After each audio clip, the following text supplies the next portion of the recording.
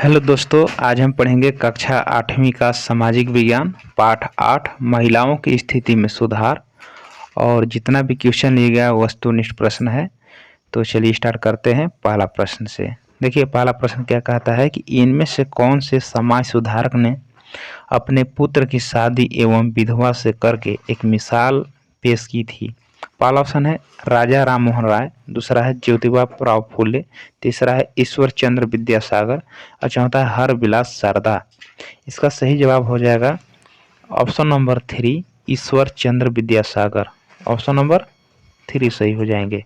देखते हैं इसका अगला क्वेश्चन। अगला क्वेश्चन है, देखिए केशव चंद्र सेन के प्रयास से बाल विवाह अधिनियम कब पारित हुआ। पहला ऑप्शन है 1772 ईस्वी, दूसरा है 1729 ईस्वी, तीसरा है 1730 ईस्वी और चौथा ऑप्शन है 1901 ईस्वी। इसका सही जवाब हो जाएगा 1872 ईस्वी। Option number 1872। इसमें गलत लगता है, प्रिंटिंग हो गया है। ठीक है, तो इसका ऑप्शन होना चाहिए था 1872, यानी ऑप्शन नंबर जो 1 होगा ये सही होगा ना। ऑप्शन नंबर 1 होगा सही और इसको काट के बना लेना है 1872 ईस्वी। 1872 ईस्वी में पारित हुआ था। ठीक है, देखते हैं इसका अगला क्वेश्चन।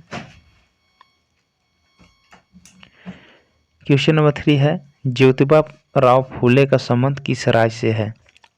पहला ऑप्शन है झारखंड, दूसरा बंगाल, तीसरा राजस्थान, चौथा है महाराष्ट्र।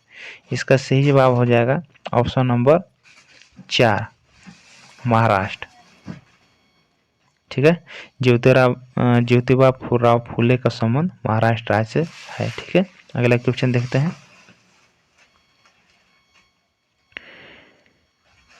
क्वेश्चन नंबर 4 क्या कहता है, देखिए यहाँ पर इनमें से किन के द्वारा पटना और कोलकाता में मुस्लिम बालिकाओं के लिए स्कूल खोले गए। पहला है बेगम रुकैया सखावत हुसैन, दूसरा है भोपाल की बेगम के द्वारा, तीसरा है मुमताज अली, चौथा है ताराबाई शिंदे के द्वारा। तो ऑप्शन नंबर 1 सही हो जाएंगे, बेगम रुकैया सखावत हुसैन। देखते हैं इसका क्वेश्चन नंबर अगला।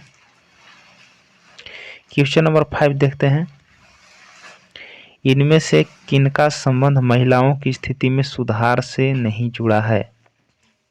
पहला ऑप्शन है चंद्रशेखर आजाद, दूसरा है पंडिता रमाबाई, तीसरा है ताराबाई शिंदे, चौथा है वीरेशलिंगम पंतुलू। तो ऑप्शन नंबर 1 सही हो जाएंगे, चंद्रशेखर आजाद महिलाओं की स्थिति में सुधार से नहीं जुड़ा हुआ है। अगला क्वेश्चन देखते हैं, क्वेश्चन नंबर 6।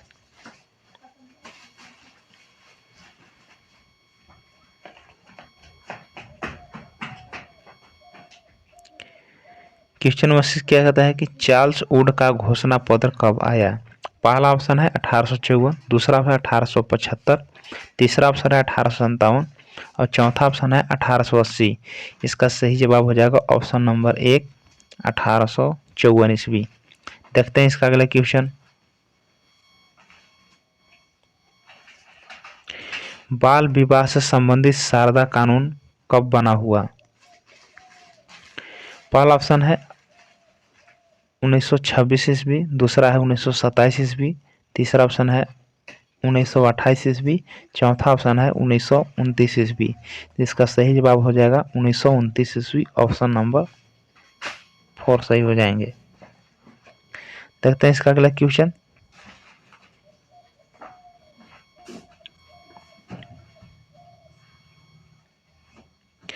स्त्रियों की असमानता की स्थिति पर पहली बार किसके द्वारा प्रश्न चिन्ह लगाया गया। पहला है अंग्रेजों के द्वारा, दूसरा है भारतीय शिक्षक के द्वारा, तीसरा महिलाओं के द्वारा, चौथा है निम्न वर्ग के प्रणेताओं के द्वारा। तो इसका सही जवाब हो जाएगा ऑप्शन नंबर 1 अंग्रेजों के द्वारा। अगला क्वेश्चन देखते हैं, क्वेश्चन नंबर 9। कानून के द्वारा भारत में सती प्रथा का अंत हुआ कब हुआ। ठीक ना, कानून के द्वारा भारत में सती प्रथा का अंत कब हुआ। पहला ऑप्शन है 1826, दूसरा है 1827 तीसरा 1828 और चौथा ऑप्शन है 1829 ईस्वी। तो इसका सही जवाब हो जाएगा ऑप्शन नंबर 4, 1829 ईस्वी में सती प्रथा को अंत किया गया। देखते हैं इसका अगला क्वेश्चन। विधवा पुनर्विवाह के प्रति किसने अपना जीवन समर्पित कर दिया? पहला ऑप्शन है ईश्वर चंद्र विद्यासागर, दूसरा है दयानंद सरस्वती, तीसरा है राजा राम मोहन राय, चौथा है सैयद अहमद खां। इसका सही जवाब हो जाएगा ऑप्शन नंबर 1, ईश्वर चंद्र विद्यासागर के द्वारा विधवा पुनर्विवाह के प्रति जो है अपना जीवन समर्पित कर दिया था। देखते हैं इसका अगला क्वेश्चन। बेटी बचाओ बेटी पढ़ाओ कार्यक्रम भारत में कब लागू किया गया? पहला ऑप्शन है 22 जनवरी 2015, दूसरा है 26 जनवरी 2020, तीसरा है 2 अक्टूबर 2000, चौथा ऑप्शन है 1 जनवरी 2015। इसका सही जवाब हो जाएगा ऑप्शन नंबर 1, 22 जनवरी 2015। अगला क्वेश्चन देखते हैं।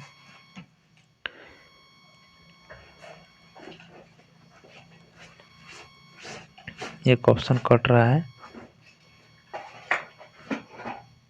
नहीं ऑप्शन नंबर ठीक है।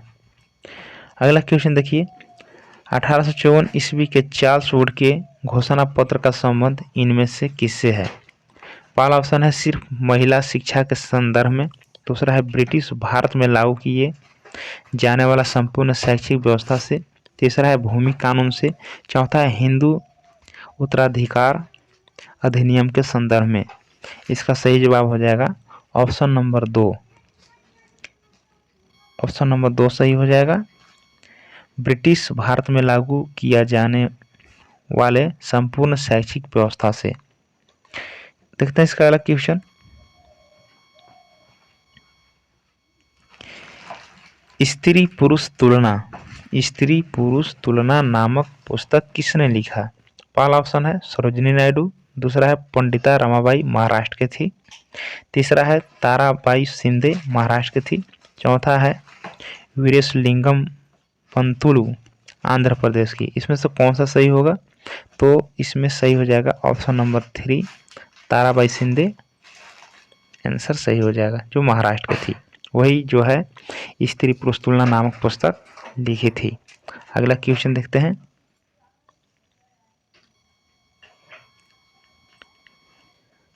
अगला क्वेश्चन है क्वेश्चन नंबर 14। देखिए, भारत की प्रथम महिला चिकित्सक कौन थी? भारत की प्रथम महिला चिकित्सक कौन थी? पहला ऑप्शन है कादम्बिनी गांगुली, दूसरा है राज किशोरी देवी, तीसरा है ताराबाई शिंदे, चौथा है राज सुंदरी देवी। तो इसका सही जवाब हो जाएगा ऑप्शन नंबर 1, कादम्बिनी गांगुली। याद रखना आपको, भारत की प्रथम महिला चिकित्सक कौन थी? कादम्बिनी गांगुली। क्वेश्चन देखते हैं अगला। दिल्ली की गद्दी पर बैठने वाली पहली महिला शासिका कौन थी? पहला है रानी लक्ष्मीबाई, दूसरा है रानी दुर्गावती, तीसरा रजिया सुल्तान, चौथा है महारानी एलिजाबेथ। इसका सही जवाब हो जाएगा ऑप्शन नंबर 3, रजिया सुल्तान। अगला क्वेश्चन देखते हैं। सती प्रथा का प्रथम प्रमाण किस अभिलेख से मिलता है? पहला ऑप्शन है एरन अभिलेख, दूसरा गुफा अभिलेख, तीसरा शिला अभिलेख और चौथा है इनमें से कोई नहीं। इसका सही जवाब हो जाएगा ऑप्शन नंबर 1, एरन अभिलेख। बहुत इंपॉर्टेंट क्वेश्चन है, इसको याद करके रखना है कि सती प्रथा का प्रथम प्रमाण किस अभिलेख में मिलता है? एरन अभिलेख। अगला देखते हैं क्वेश्चन। क्वेश्चन नंबर 17 देखिए, कहता है कि ज्योतिबा राव फुले द्वारा स्थापित समाज का क्या नाम था? पहला है ब्रह्म समाज, दूसरा सत्य शोधक समाज, तीसरा है प्रार्थना समाज, चौथा इनमें से कोई नहीं। इसका सही जवाब हो जाएगा ऑप्शन नंबर 2, सत्य शोधक समाज। अगला क्वेश्चन देखते हैं। ब्रह्म समाज के संस्थापक कौन थे? पहला ऑप्शन है राजा राम मोहन राय, दूसरा है केशव चंद्र सेन, तीसरा है ईश्वर चंद्र विद्यासागर और चौथा है इनमें से कोई नहीं। तो सही इसका जवाब हो जाएगा ऑप्शन नंबर 1, राजा राम मोहन राय। अगर इसमें देता कि आदि ब्रह्म समाज के संस्थापक कौन थे, तो आंसर हो जाता आपका केशव चंद्र सेन। ठीक है, देखते हैं क्या अगला क्वेश्चन।